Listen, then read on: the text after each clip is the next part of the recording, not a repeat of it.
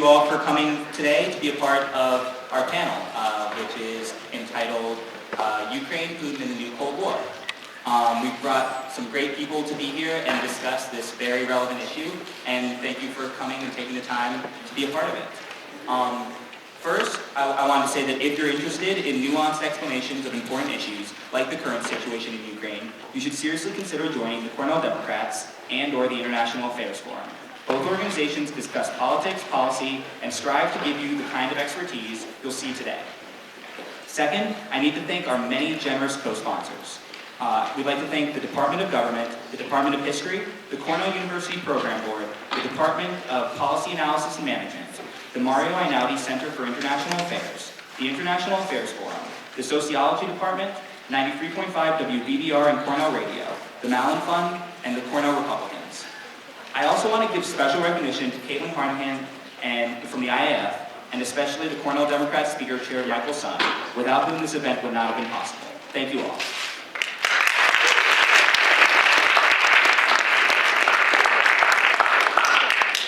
With that out of the way, it's my pleasure to introduce today's moderator.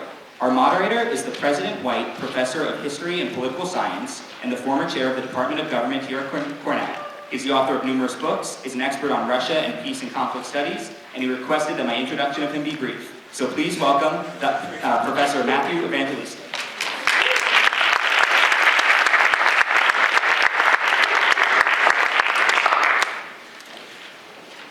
Thanks very much for keeping it brief. Thanks to all of you for coming out on such a warm, sunny Friday afternoon when I know there are other things you'd like to do outside in this weather. And thanks for coming, especially to discuss this important and troubling topic. So my job is to introduce the topic very briefly and then introduce our panelists. The topic, Ukraine, Putin, and a new Cold War, contains three elements, so I'd like to speak briefly about each one before introducing the speakers. First, Ukraine. My inspiration here in giving some background history comes from the great guitarist and songwriter Richard Thompson, who performed a very good concert here in Ithaca last weekend. In the year 2000, a certain magazine invited him and fellow musicians to come up with a list of their favorite popular songs of the last millennium. And only Thompson took them seriously and came up with a 1,000-year-old song and several hundreds of years old. So inspired by his example, I thought I would start my brief introduction of Ukraine in the year 988.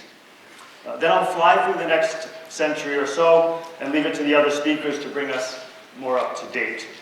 I'll highlight the historical issues that are relevant to the present situation, but the other participants will talk more about the recent developments, not just the last month, I hope, but including changes in the country over the last decade or more as way of background.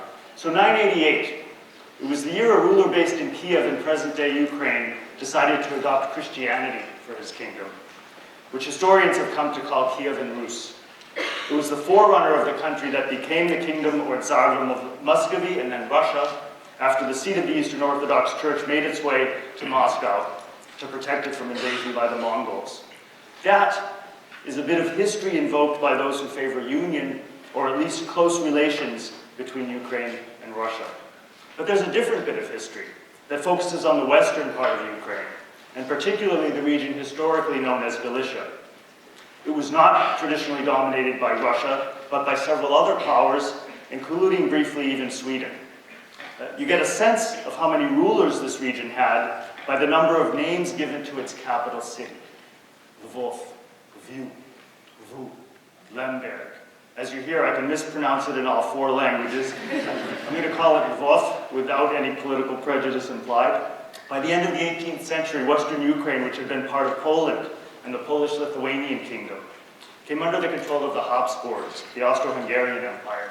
The majority of the population of Lvov consisted of Poles and Jews, followed by Ukrainians, and the city's main language was Polish. The area became part of Poland after World War I.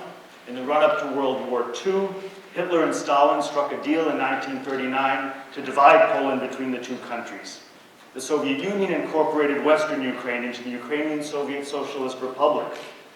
When Hitler broke the pact with Stalin and invaded the USSR in June 1941, Western Ukraine fell under German occupation for 3 years until liberated by the Red Army. That was the period when millions of Jews and others perished at the hands of the Nazis and their local collaborators. People who use the word fascist to refer to groups involved in the current conflict are trying to invoke that history. After World War II, Western Ukraine remained part of the Soviet Union until the country broke up at the end of 1991. The West was never as well integrated into the Soviet system as the eastern coal mining and industrial areas, where more people spoke Russian. We shouldn't overstate the linguistic differences, though. Many people in Ukraine, especially in rural areas, speak a mix of Ukrainian and Russian called storied. Political divisions do not line up neatly with linguistic differences, but they're surely related. The current crisis involves the Crimean Peninsula, which is now under military occupation by Russian troops, although the Russian president denies it. Crimea has historically had a diverse population, and its current one includes large numbers of Tatars, Russians, and Ukrainians, some Bulgarians, Greeks, Jews, even Koreans. Crimea became part of the Russian Empire in the late 18th century as Russia established its only warm water port at Sevastopol. In the mid-19th century, Russia went to war against Ottoman Turkey, claiming a right to protect Orthodox Christians in the Ottoman Empire. We hear echoes of that history today when the Russian president asserts Russia's right to protect Russian speakers in other countries. During the Crimean War, Britain and France fought against Russia and destroyed its fleet. Crimea witnessed a lot of fighting in both wars, but it ended up firmly in the Soviet Union, first as part of the Russian Republic, and then, as many of you know already, in 1954 as part of Ukraine. Stalin, meanwhile, had deported the entire population of Crimean Tatars during the war, accusing them of complicity with the Nazis, as he did with several groups in the North Caucasus region of Russia, such as the Chechens. And so when we talk about double standards in this history, that's one of them. Russian attitude now towards the Chechens versus towards the Crimea. Only in the 1980s were Crimean Tatars able to return to their homeland. And in the current crisis, if you see Tatars expressing reservations about the possible annexation of Crimea to Russia, now you know part of the explanation. In December 1991, the Soviet Union broke up. The leaders of the three largest Slavic republics, Ukraine, Belarus, and Russia itself, claimed independence for their states and withdrew from the Union. Although many people celebrated the end of a communist-ruled state, the post-Soviet, post-communist situation generated its own problems, the consequences of which we're seeing today. An independent Ukraine inherited Crimea and the Soviet Navy's Black Sea Fleet. The two states managed to negotiate an agreed division of the fleet and guaranteed access for the Russian Navy to use the port of Sevastopol and other facilities. Ukraine also emerged from the Soviet Union as the world's third largest nuclear-armed state, thanks to the Soviet nuclear missiles and bombers left on its territory when the USSR disintegrated. An agreement was made, again, to transfer those weapons to Russian territory and subject them to existing arms control treaties. Both of these agreements over Crimea and over nuclear weapons committed Russia to respect the territorial integrity of Ukraine. The final factor I want to mention in regard to Ukraine is the role of the US-led alliance, the North Atlantic Treaty Organization. From a Russian perspective, NATO should have ended with the end of the Cold War.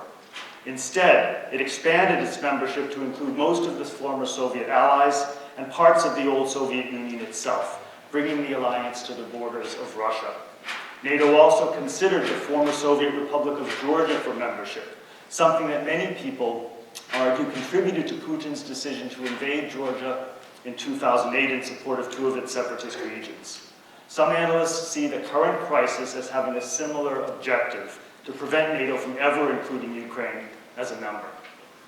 On our second topic, Vladimir Putin, I can be brief. Born in Leningrad, now and then again St. Petersburg, he served in the KGB in East Germany, made his way to Moscow, where Boris Yeltsin chose him as successor when he resigned the Russian presidency in 1999. As acting president, Putin reignited the conflict with the separatists in Chechnya, and pursued a brutal war there to keep that region part of Russia. Putin won that first election with increasing control of the media and renewed popular enthusiasm for the war, and he has stayed in power ever since, partly owing to high oil and gas export prices and his perception as a strong leader. But his authoritarian tendencies have also provoked a large popular opposition and demonstrations of tens of thousands in Moscow and elsewhere. Trained as a lawyer, and despite speaking the language of international law, Putin has violated the agreements Russia signed with Ukraine and some key foundations of the international legal system, namely the prohibition on undermining the territorial integrity of other states and on the use of military force for anything except self-defense. Unfortunately, and of course Putin will be the first to point this out, the United States does not have the best record on these issues either, having illegally invaded Iraq in 2003 and Serbia in 1999 in support of autonomy for its province of Kosovo. The US and NATO justified their 78 days of bombing of Serbia on humanitarian grounds as a response to the repression by Serb forces of Kosovar civilians. Putin tries to use a similar justification today, but with less credibility. Finally, the third part of our title, A New Cold War. As someone who teaches a course on the Cold War, my view is that today's situation is different. During the Cold War, the two superpowers maintained distinct spheres of influence: the Soviet Union in Eastern Europe and the United States in Latin America. At the expense of the human rights of the people living in those spheres, each superpower let the other have a free hand, and we avoided a major war. We no longer have spheres of influence in Europe. Good riddance, you might say.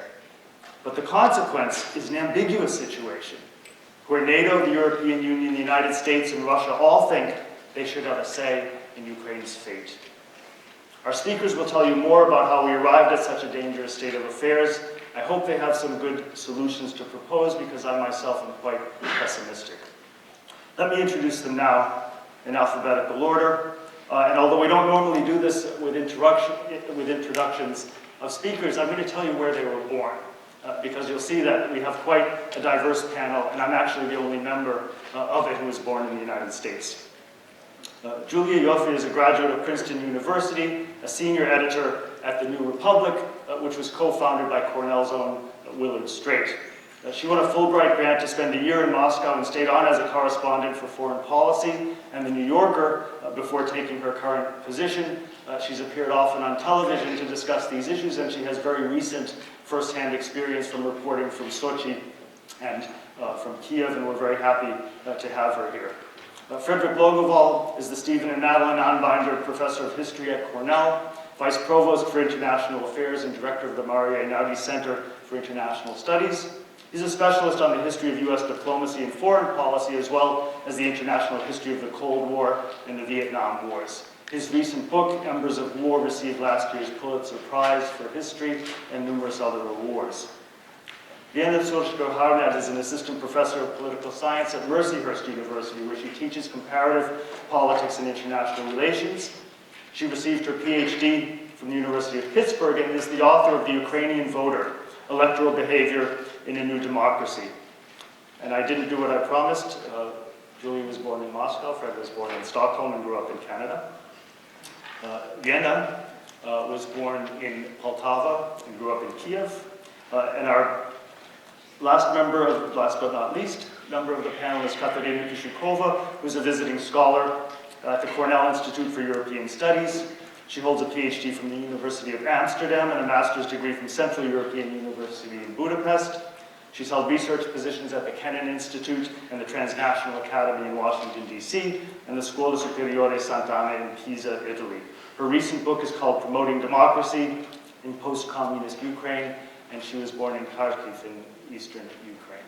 Thank you all of you for coming to this event, especially those of you who had to travel some ways to get here. And let me turn the floor over now to Julia Ioffe.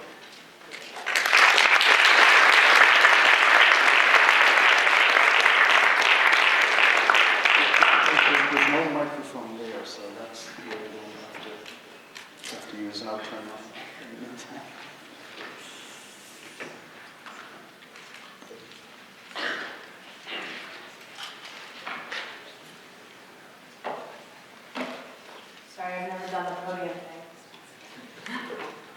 Thank you guys so much for inviting me here and for very nice introduction.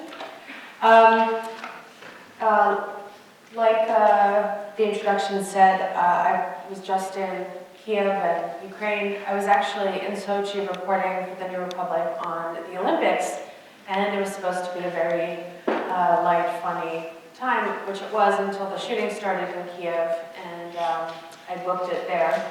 I arrived, I'm just going to start with some personal impressions, and then I'll get into kind of the analysis of the situation.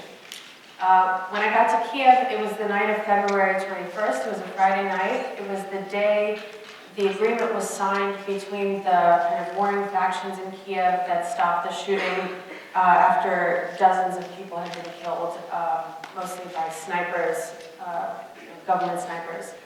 And I'd like to point out, by the way, that Russia, which keeps touting that February 21st agreement that it says the current provisional government in Kiev didn't respect, Russia didn't actually sign that, saying that it didn't fully address some of the questions and concerns it had. So that's, speaking of ironies here. What I found in Kiev that night was a very tense situation. I arrived late at night and I went out to the Maidan. The barricades were still there. Nobody was even thinking about dismantling them. There were groups of armed men, young men, old men, armed with bats, with sticks, wearing helmets, bulletproof jackets, shin guards. And it didn't really feel like a peace agreement had been signed. It was very clearly a break in the fighting. There had been an ultimatum that had been issued a couple hours before my arrival by the right sector that said that if Yanukovych didn't leave by 10 a.m. or didn't abdicate by 10 a.m. Saturday morning, that there would be more fighting. So I holed up after taking my tour of the Maidan, I holed up in my hotel room, ran out early in the morning to get some groceries, and thought I'm just staying inside if there's fighting. But Yanukovych fled. And this is also another really important point to keep in mind when you hear, especially from the Russian side, talks of a coup, of an armed coup, about the forcing of a legitimately democratically elected leader from power. Yanukovych fled. He was then, and what was amazing to see was how quickly the Rada, the Ukrainian parliament, stepped into the void. They very quickly impeached him, with many who had been in Yanukovych's party leaving his party, throwing him under the bus and voting to oust him. The Rada then passed a series of laws, named a series of people to a series of interim positions. It was amazingly calm, and the Maidan on that Saturday was completely different. People were out with their families, old people were out, young people were out, people were bringing their kids. Many of them couldn't walk yet. People were bringing flowers and candles to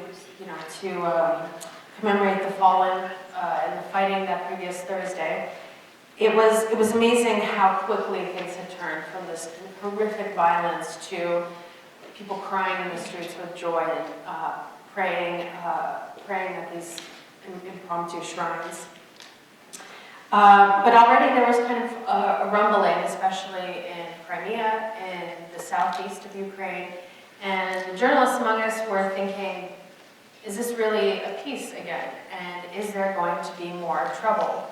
Is Vladimir Putin, for whom this was his worst nightmare, he too, remember, faced massive protests, much bigger than the Maidan, in Moscow in the winter of 2011-2012. At its peak, the protests drew about 150,000 of the most educated, wealthy people in his capital city. And after that, after he came back into the presidency in May 2012, he cracked down, and he made it very clear that there was going to be no more room for protest or disagreement. Then in Ukraine, this breaks out. Viktor Yanukovych flees. And it's very, I remember walking along the Maidan and thinking that this, I can't imagine what Vladimir Putin is thinking right now. Is he imagining how, the main street, Tverskaya in Moscow would look with these kinds of barricades? He must be, losing his mind over this. Because the first time the Ukrainians had a revolution like this in 2004, 2005, when again Viktor Yanukovych was elected in what was widely seen as a fraudulent election, people came out to protest.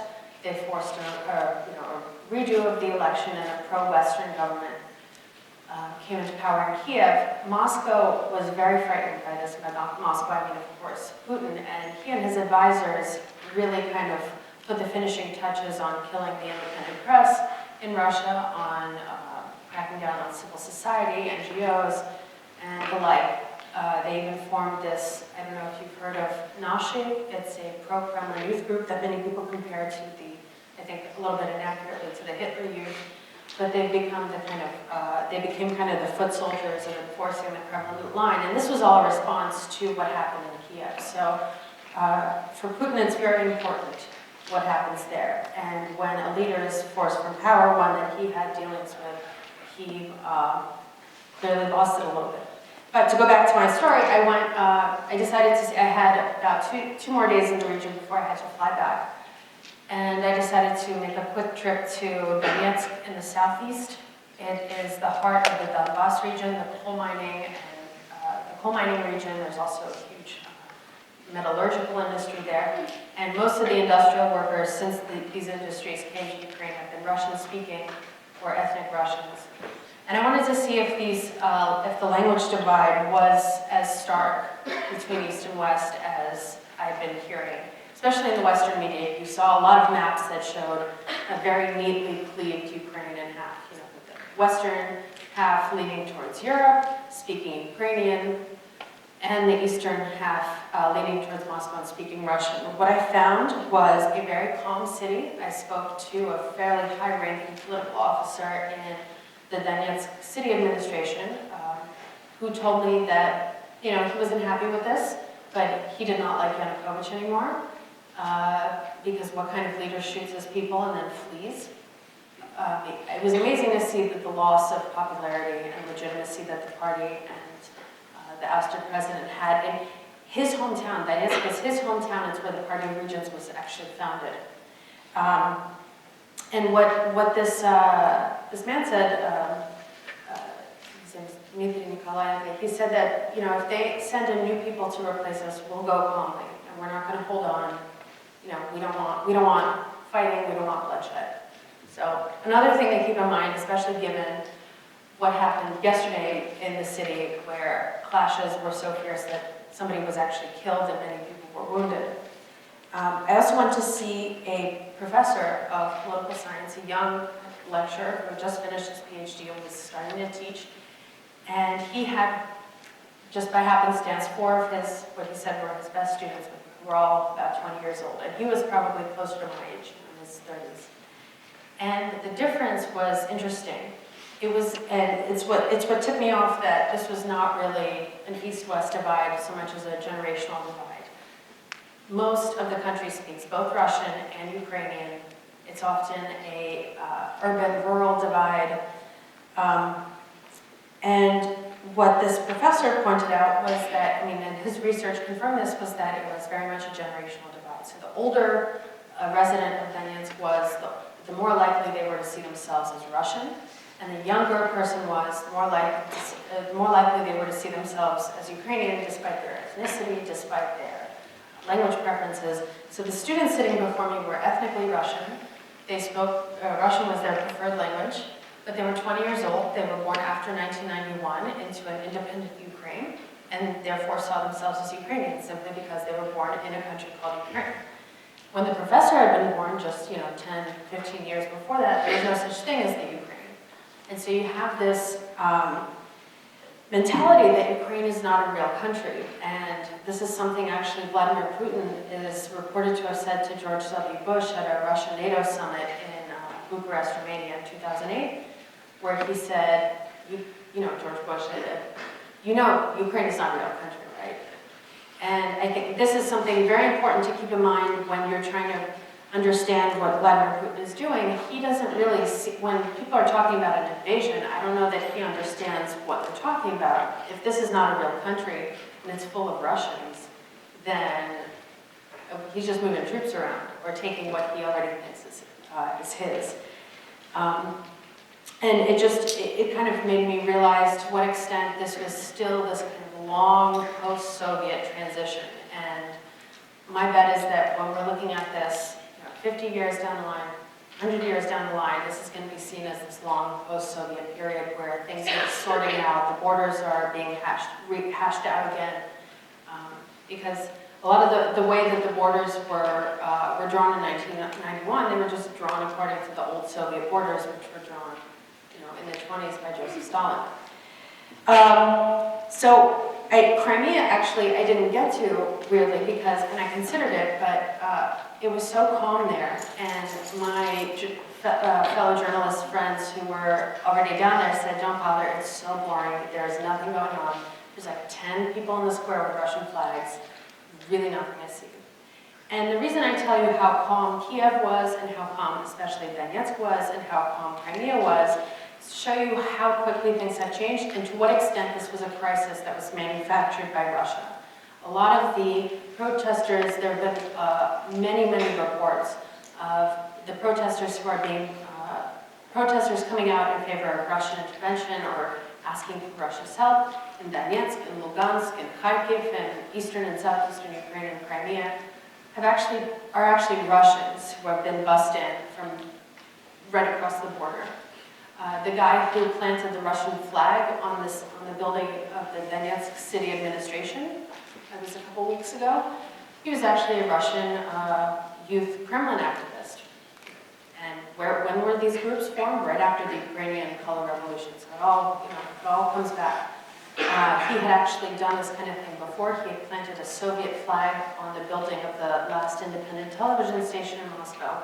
So it's really interesting to see these kind of these dirty tactics the Russians are using to manufacture a crisis in response to the political instability in Kiev as as power changes hands, as people wait for the next election. They're kind of taking advantage of the moment. Moscow has always been, especially under Putin's rule, is completely masterful at the tactic of divide and conquer. At home, abroad. This tactic of, by the way, of protecting Russian citizens we saw in the war in Georgia in August 2008, when in the run-up to the war, Russia had been handing out Russian passports and citizenship to people in the border regions in what is now Ossetia and Abkhazia, and then said that these people were being persecuted and it had to go in there and protect them. So this is not a new tactic. Now, as somebody who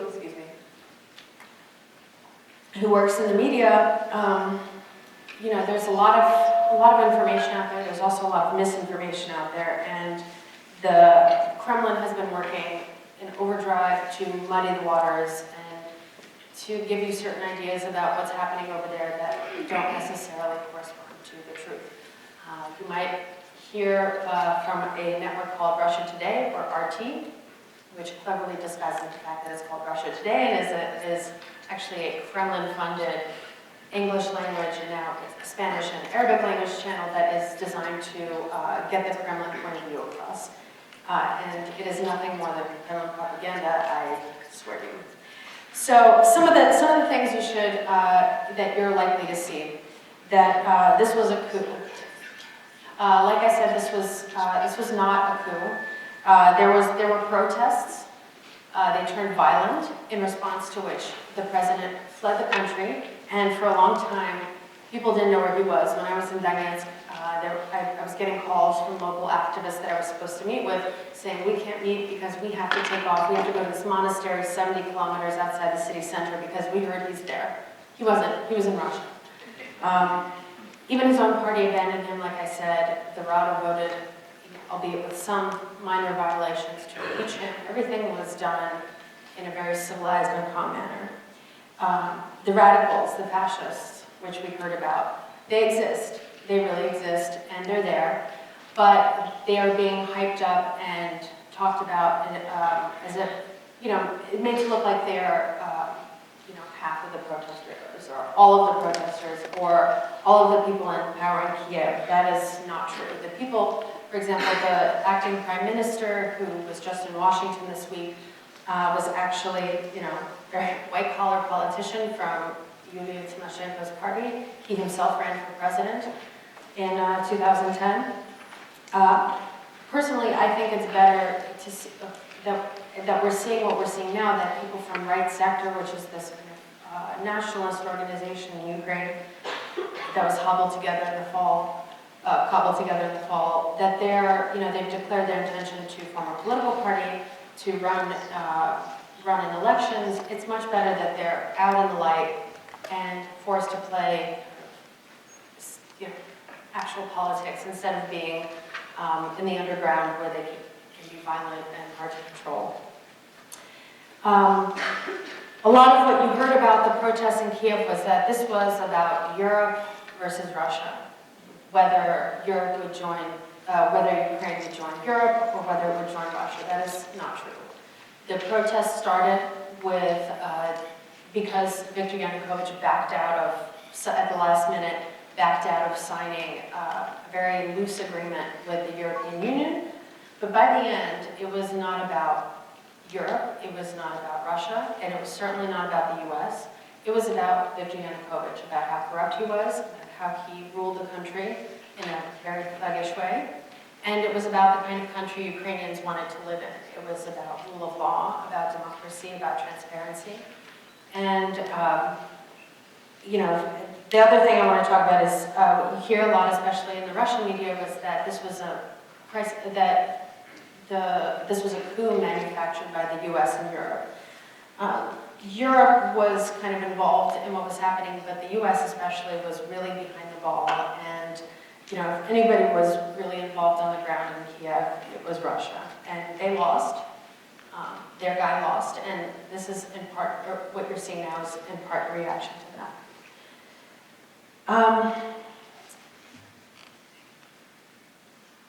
So another thing, so like I said, what happened in Kiev is Vladimir Putin's worst nightmare, but he also sees it as an opportunity to take what he's long coveted and what he sees as rightly his. So on Russian state TV, a very prominent Kremlin-friendly, I would call him a Kremlin attack dog, has called the transfer of Crimea from the Russian Soviet Republic to the Ukrainian Soviet Republic in 1954. He's called it a historical crime. And Putin has been looking actually for a long time for an excuse to take Crimea. At that same summit in Bucharest, Romania in April 2008, when Ukraine's potential membership in NATO was being discussed, he said, well, if you guys take Ukraine, then I'm taking Crimea, which is kind of a non sequitur, as is what's happening now. It's basically, he wants the land around the base where the Black Sea Fleet is.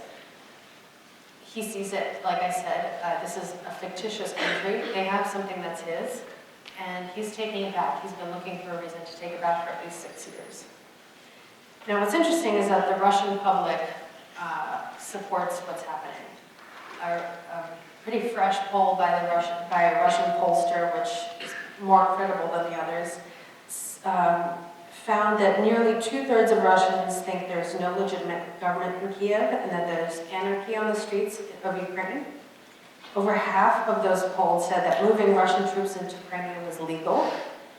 Of that half, 2/3 said that this is Russian land. And nearly half of those polled said that Russian presence in the area brings stability and that Crimea should be brought into the fold of the Russian Federation. There were more results, but this is the essence. They support what's happening. And the reason, in part, is because Russian state media has been working in overdrive to sell this as a reunification campaign, as a way to save our Russian brothers who are under attack from fascists. This is also important because for lack of a unifying ideology, all Putin's Russia really has of late is World War II and how we beat the fascists, and how we saved America and we saved Europe, and now America and Europe, despite what we did for them, are cozying up with the fascists again. And we're going to save them from themselves and at least save our Russian Slavic brethren. Another interesting thing is how dirty Russia has been playing on this. I mean, some of the tricks have been really jaw-dropping. For example, the thousands of pro-Russian volunteers in Crimea who are wearing what are clearly Russian-made uniforms. They were recently designed by the Russian designer Valentin Yudoshkin. It's a very distinctive pattern. They were rolled out with much fanfare a couple years ago. The only thing they're missing is Russian insignia. And this is done to circumvent international law and to circumvent the UN, which Russia very much loves to drag everything to when it wants to stall or stick sticks in Europe's wheels. These volunteers have the latest weaponry that only Russian special forces have. They leave behind litter, which are Russian MREs, the ready-to-eat meals with Russian flags on them. Vladimir Putin, of course, says all of this was bought in a store. Then there are things like the Crimean Parliament voting to set the referendum for this Sunday. The way that happened was they simply didn't tell the deputies in the local parliament that they were going to take that vote. The ones they knew were going to vote against it. So they kind of just did this while these guys didn't even know they were voting. Leaking tapes of confidential calls between Western diplomats. One of them I thought was very interesting was a call between the Estonian foreign minister and Catherine Ashton, who is in charge of foreign policy for the European Union. And this was leaked the day after Vladimir Putin's press conference, when he said, all of this talk about snipers and protesters being killed in Kiev, well, who killed them? It was the opposition. They hired snipers, shot their own guys, and this was all a conspiracy to topple Yanukovych's government. And then the day after, this phone call leaks, and the Russian media jumps all over this and says, see, even the Europeans know about this. They're simply hiding it. They're ignoring it because it doesn't fit their agenda. Well, if you listen to the call, what they're actually saying is, did you hear about these rumors? And it's the day they're shooting. The day they were shooting, there were tons of rumors flying, of course, because nobody knows what's happening. It's chaos and violence and war in the streets. And they're saying, did you hear this rumor? And they said, no, I did not hear this rumor, but that would be terrible if that was. And then they moved on. But this is leaked and used in the service of this informational war. That this is Russia. Not just this is another interesting element of this whole conflict is that Ukraine has kind of taken a back seat in all of this. What the Ukrainian people want is not really up for discussion. We don't really care. It's again been turned by Moscow into this grand struggle between Russia and the West, and the Western conspiracy which the West has a terrible track record of doing, of installing leaders in countries in Russia's backyard, by hook or by crook, and doing this all to destabilize Russia and bring chaos to Russia. So Sergei Lavrov, the foreign minister of Russia today, said that he doesn't want to, Russia has no reason to invade Ukraine, which to me means that this is not over, and they might invade Ukraine. So don't give up on the story just yet.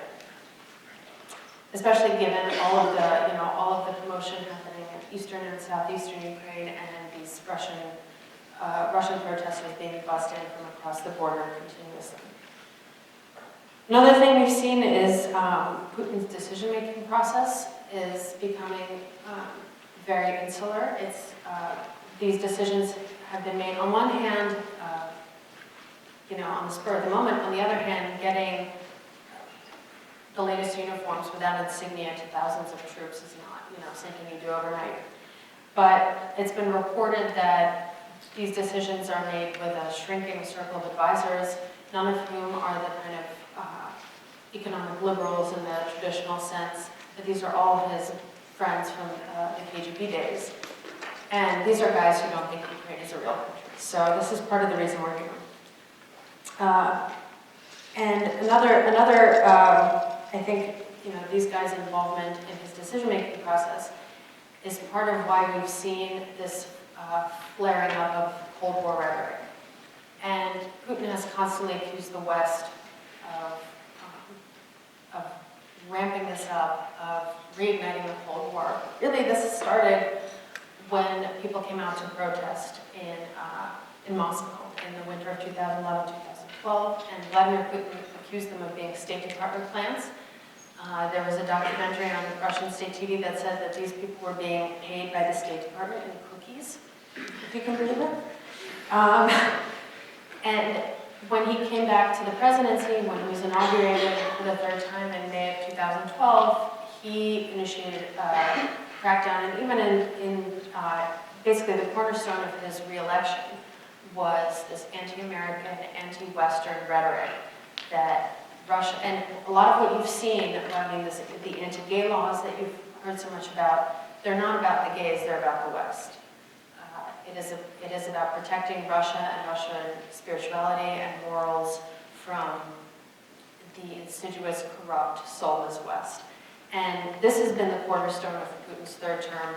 There have been a lot of laws that have come up and either died or have been passed in the Russian parliament that reflect this. Everybody's kind of realized this is the tune we're all going to march to, and they're all marching with, very eagerly. And so I would argue that the Cold War rhetoric is coming mostly from Moscow. Also, what's happening in Moscow, I mean, Russia rather than Ukraine is my specialty, and what's happening in Russia is really terrifying. And you don't hear about it so much in the news because everybody's watching Crimea and Donetsk, and they're right to be. But what's happening in Moscow is, a full mobilization for war, essentially.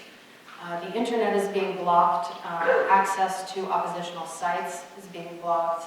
Alexei Navalny, who is a opposition leader, de facto leader of the opposition, has been put under house arrest and banned from using the internet. Independent media, what was left of it, is being shut down before our eyes. And you're seeing even more crazy laws come across the Russian parliament floor today. A law was introduced by a parliamentarian who had been very active in the pro-democracy protests. It would impose fines for Russophobia.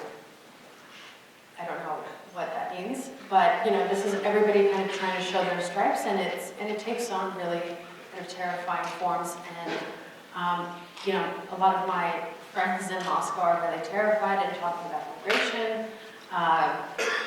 One of them is there's a civil war coming. I swear, it's getting really nasty. The attacks by the state on anybody who disagrees. You've seen the word traitor come back with a vengeance, and a lot of this kind of Soviet rhetoric, these open letters to the president supporting him against the destructive actions of the West, and about the ardent, pure activists.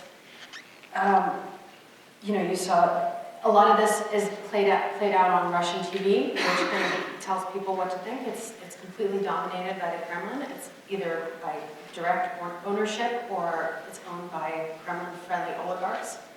And before, when the protests were just starting, where you heard the claim about cookies, it was just called Anatomy of a Protest. And it was all about the opposition and how evil they were. Now the latest update was the biochemistry of betrayal, which is kind of terrifying because it implies that these people disagree not because there are different points of view to be had, but that they're wired to be traitorous, to be deceptive and duplicitous, that they can't be trusted, that they're not even citizens. And traitors in most countries can be put to death. So, I mean, Mike didn't like that. It's taking on really kind of terrifying formats. And the one last point I have, which is about what choice the West has. There's the option to de-escalate the crisis or to punish and isolate Russia. Russia has shown consistently that it's not interested in de-escalation. It doesn't want to postpone the referendum. It doesn't want to withdraw its troops because it doesn't have troops there, according to Vladimir Putin. So, what can the West do about it? The West can impose sanctions, but the U.S. imposing sanctions doesn't hurt Russia all that much because most of the Russian elite have their property and money in Europe. in Europe, because it has much closer trading ties with Russia, is reluctant to punish Russia because it too will suffer. The other thing about sanctions is, do they matter to Putin? And I don't think they do. Because he is advised in part by people from the KGB rather than from the economic elite, to them there are things that take priority over money, and they're willing to tolerate a certain amount of economic and monetary pain in order to achieve these grander goals. Vladimir Putin, especially of late, has been clearly obsessed about his place in history and about restoring, like he was asked recently what he thought his greatest accomplishment was, and he said it was restoring the Russian Orthodox, reuniting the Russian Orthodox Church and the Russian Orthodox Church abroad, which splintered off after the Bolshevik Revolution. So he's not thinking about money. He clearly has enough, and he's thinking about grander things. So will sanctions bring him to the table? I don't think they will. The one thing I wanted to leave you with was something that I've been thinking about a lot, and it's a novel by an author named Sorokin, and it's a novel called The Day of the Oprichnik. Oprichniki were the secret police of Ivan the Terrible, and are seen to be the kind of precursors to the KGB and the FSB. This book came out in 2006, and it's like many contemporary Russian novels. It's a dystopian vision of Russia, of a near-distant Russian future. People dress in old-timey Russian peasant clothes. They speak an old-timey Russian folk language. There's one guy who's in charge, and the entire elite is very corrupt and is paying homage to him, but the people who are really in charge are these Oprichnik, the secret police, who are the elite of the elite. Meanwhile, Russia has built a great wall between itself and Europe, and has turned increasingly to friendship, and has allied itself with the Chinese king, and Chinese slang has entered the Russian language.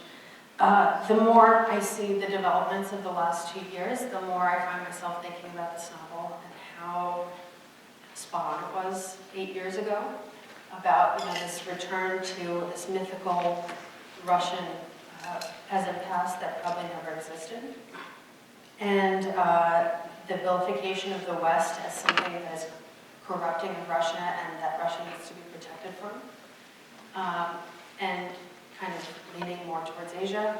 I don't know, it's kind of a terrifying vision, but I've been thinking about it a lot, and it's recently been translated into English. I really recommend you read it. It'll explain a lot to you about what's happening. Thank you. Sorry that I didn't have better news for you.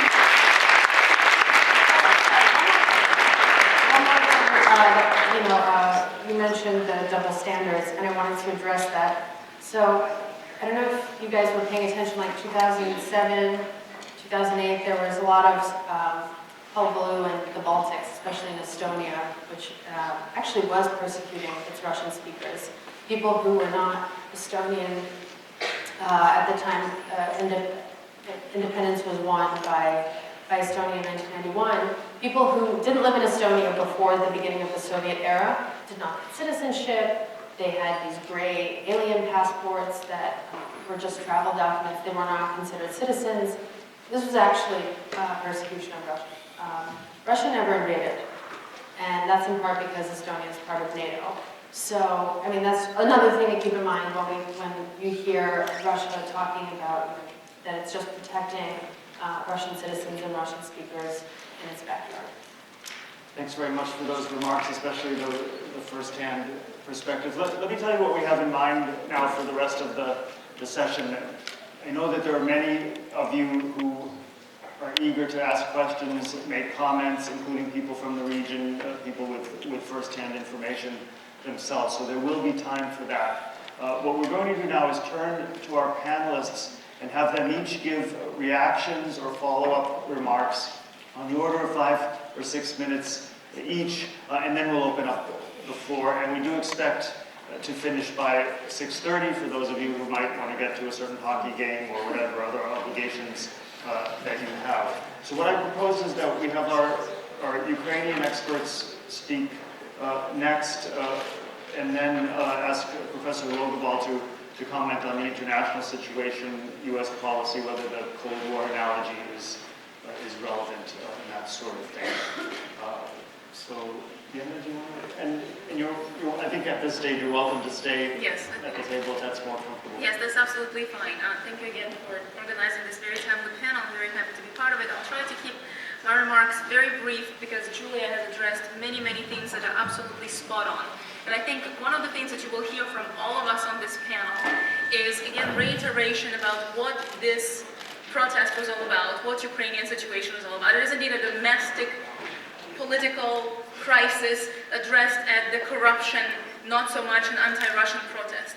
You know, Russia, for many, many times, specifically Putin regime, has said something about their own regime being special kind of democracy, right? Особенная демократия.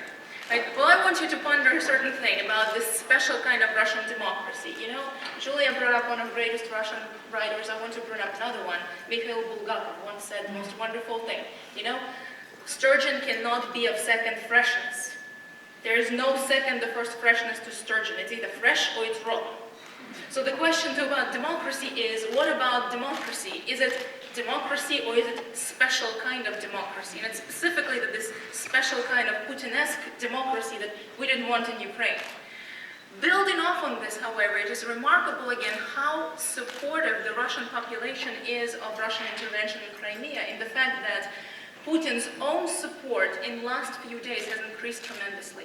Julia mentioned the sociological survey conducted by Levada Center, and I actually want to base my remark on those specific findings on some of them. See, Levada Center said that there's three main reasons why Russians are ardently supportive or overwhelmingly supportive of Putin's action.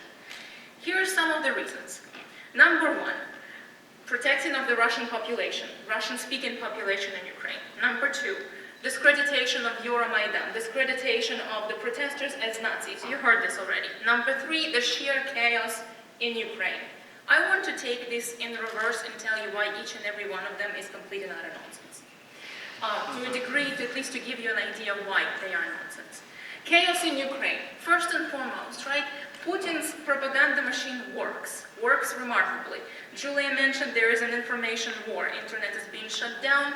Incredible amount of consolidation of media sources on one hand, and Dmitry Kiselyov has been the prominent pro-Russian, anti-Maidan speaker since day one, and anti-Semitic, and not to mention anti-gay, anti-everything. He is the most pro-Kremlin person I've ever heard. To the point where some of his commentaries in the early stages of Maidan, you would have thought, there were aliens descending on Maidan distributing weapons from NATO, right? Just remarkable. Exactly, right? With cookies, not to mention, right?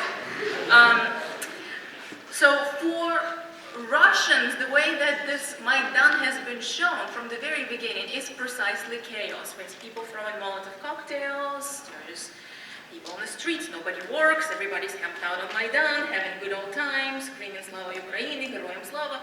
But most importantly, there is no recognition of the current government. And there is no recognition of the current government for several reasons. And yes, there are problems with this government.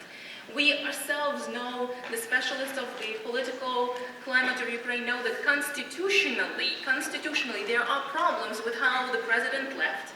There are problems with sort of creation of this provisional government. However, again, it's an internal problem. It's an internal crisis that can be solved internally. And it's not a crisis where we need Putin's protection. Okay, second thing. The discreditation of Euromaidan as ultra-nationalists. Julia already told you, yes, there are ultra-nationalists on Maidan. Yes, there are some factions who are, by some definitions, Nazi. You can look at the right sector whose propaganda, whose not necessarily propaganda, but the political program is a beautiful example of classical late 19th century, early 20th century ethnic nationalism. It is a textbook example that I intend to use in some of my classes as an example of pure ethnic nationalism.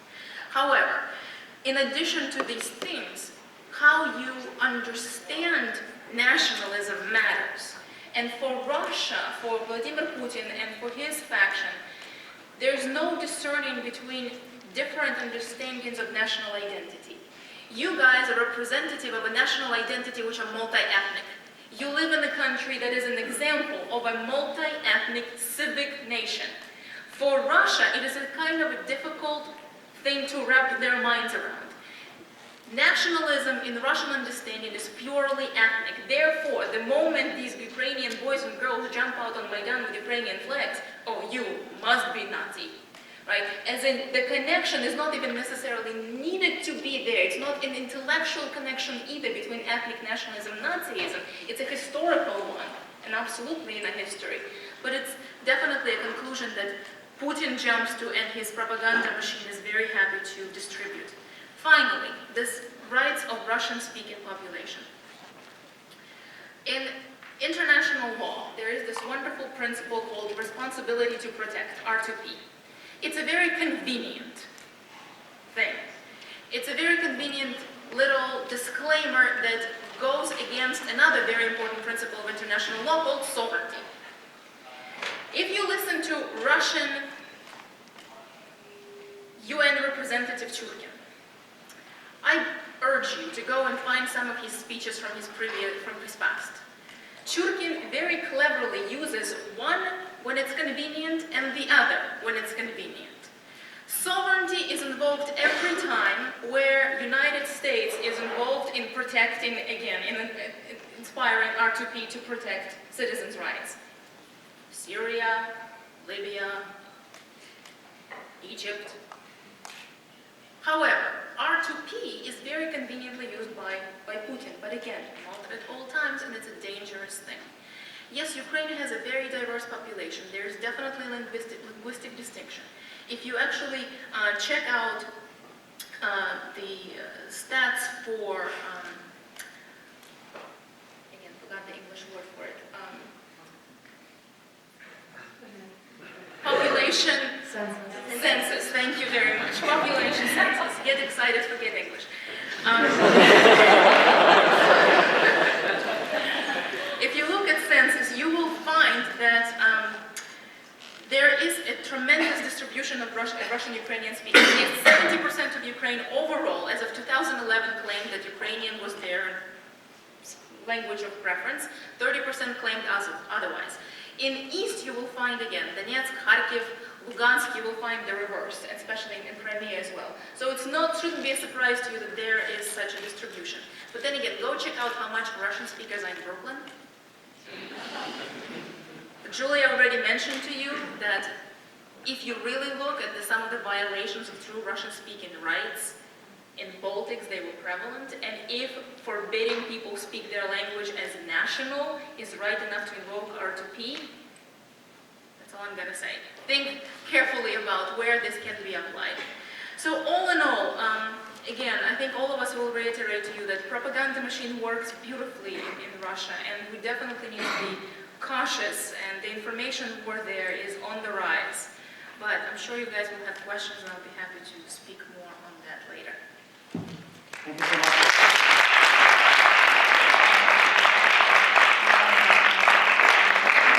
I just wanted to add very quickly to something Gemma said about ethnic nationalism. What you see, again, ironically, what you're seeing Russia invoke is ethnic nationalism of its own, right? That they have a military responsibility to protect their ethnos anywhere, no matter what other nation they're in. That's pretty terrifying, a pretty terrifying manifestation of nationalism to me. The other thing about these cultural and linguistic divisions, you have them in the U.S. too. Should the U.S. be split up by, the coast should be one country and the middle should be another? Should Texas secede? Think about that when you hear about, Ukraine does have these divisions, but does it follow that it needs to be split up or carved up or have some places given more autonomy than others? Just something to think about. Yes, thank you for coming out. It will be very brief, as I'm sure you're all eager to move on to the discussion. I'm very grateful to all the panelists, but especially for the two speakers who spoke already, who gave already so much detail and first-hand accounts and the rich evidence from the field. So what I would like to really focus in the next 5 minutes is kind of reframing issue of what we are really talking about here, going back to the Cold War metaphor that's provocatively in the title of this panel. I think I would follow up on Matt's comment that the issue with the Cold War metaphor is not only that it's really no longer reflects the global and the regional reality, but it also because I think the problematic part of it is it has this tendency to cast a vision of world politics as a kind of a chess game between great powers. And that, to my view, is fairly unhelpful in trying to understand the current crisis. And so we'll do just a very brief reframing by introducing the focus on domestic politics in Ukraine, the kind of trajectory that evolved in the run-up to the events, to the current crisis. And what I would argue is that domestically what we have been seeing in terms of governance structures in Ukraine over the past 2 decades, really after the fall of the collapse of the Soviet Union, is that Ukraine was really stuck, just like many other post-Soviet states really, was really stuck in this protracted cycle of half-hearted political transformation. Some scholars refer to it as a kind of hybrid regime which is partially democratic but yet does not quite represent genuine, deep, but sustainable democratization. Whether we like the hybrid regime label or not, what we have seen essentially is really a system of governance by alternating kleptocracies. And Matt, what I mentioned, the Orange Revolution in 2004, some of you may remember it, 10 years ago, that was one of the electoral color, so-called color revolutions in the region that tried, in a way, emerged as a response to this challenge, and unfortunately did not deliver any structural transformation in these countries. Shortly after the revolution, the newly elected government just fell back into the same trap, very cynically, of this kind of oligarchic rent redistribution and infighting. One of the reason I wanted to mention is also because one of the personalities at the heart of that crisis is Yulia Tymoshenko, freshly from prison, running for president in Ukraine in 2 months from now. So I think what the Ukrainians have learned from this is that changing the leaders is not enough. And this is why the Maidan, the long and ongoing protests of Maidan, as Yulia have mentioned, might have been triggered by a policy issue, the fact that the association agreement with the European Union was not going to be signed, but it really grew into the backlash against this kind of systematic failure and dysfunctionality. And so the demand is no longer for the change of leadership, but really for a complete system reload in the country. And so I would argue there's clearly a great opening and a great opportunity for the country. But in that sense, of course, the revolution is not over. In that sense, there's still a lot to go, and the military invasion and the kind of this war component is clearly not helping the situation.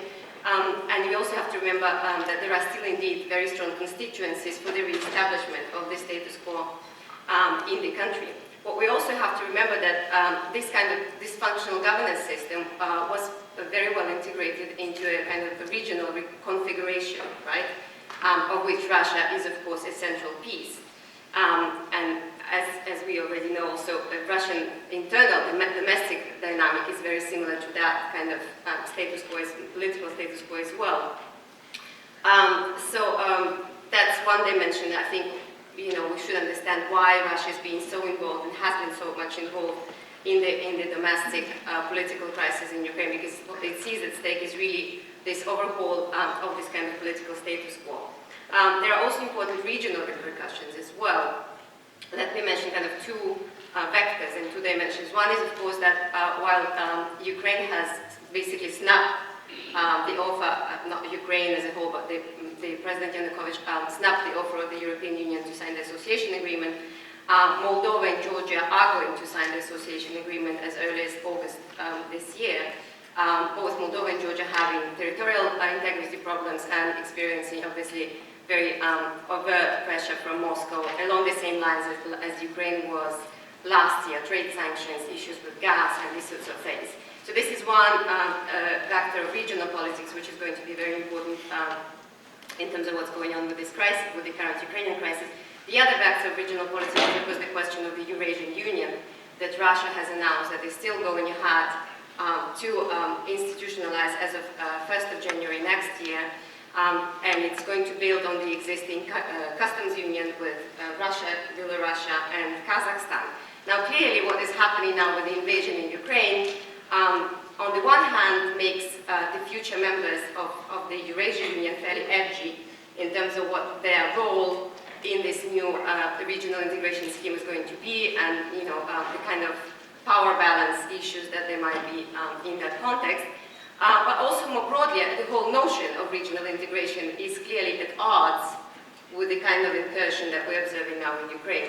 So what I would suggest in terms of really framing, giving you a frame of reference for our discussion today and for the events and the news that we are going to hear and to observe in the coming days, is really that we have to be looking out for these linkages between the domestic and the regional power struggles and the kind of search for a new equilibrium. And whether, which way it's going to go, whether Russia is only aiming at re-establishing the status quo, which might be, in a way, one might say, a sort of a better case scenario, or whether indeed some of the really disturbing domestic evidence that Julia has just cited from Russia, the new fortress Russia mentality, if that indeed is what is going on in terms of kind of a new qualitative stage in Putinism as a form of regime, that might have implications, again, regionally, because should Putin decide to take that to a logical conclusion regionally, that would obviously have a more dramatic effect on the kinds of future trajectories of the, call them near road, or the other states in the region. So I'll stop here. Okay, thank you so much.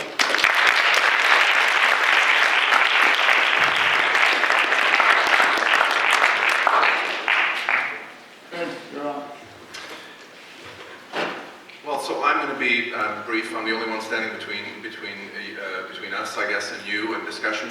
And then there is, as Matt mentioned, a game later this evening. I want to talk about two things in my brief time, and I'm here really to talk more about U.S. foreign policy, about what this means for the Obama administration, and so 2 points in particular. I want to talk first a little bit about the notion of toughness, and I suppose its twin, which is weakness. And then I want to just say a word, perhaps if I have time, about historical analogies and the penchant that not only pundits but also politicians have for they're addicted to the idea of historical analogizing, and I just want to say a word about that. But first about toughness. It's been really interesting to me in watching the debate in this country over the last few weeks to see the charges, often partisan, most often partisan in nature. That is to say, they come predominantly from Republicans and conservatives, that Obama is showing tremendous weakness here, and that this has allowed Putin to do what he has done. Obama has been insufficiently tough,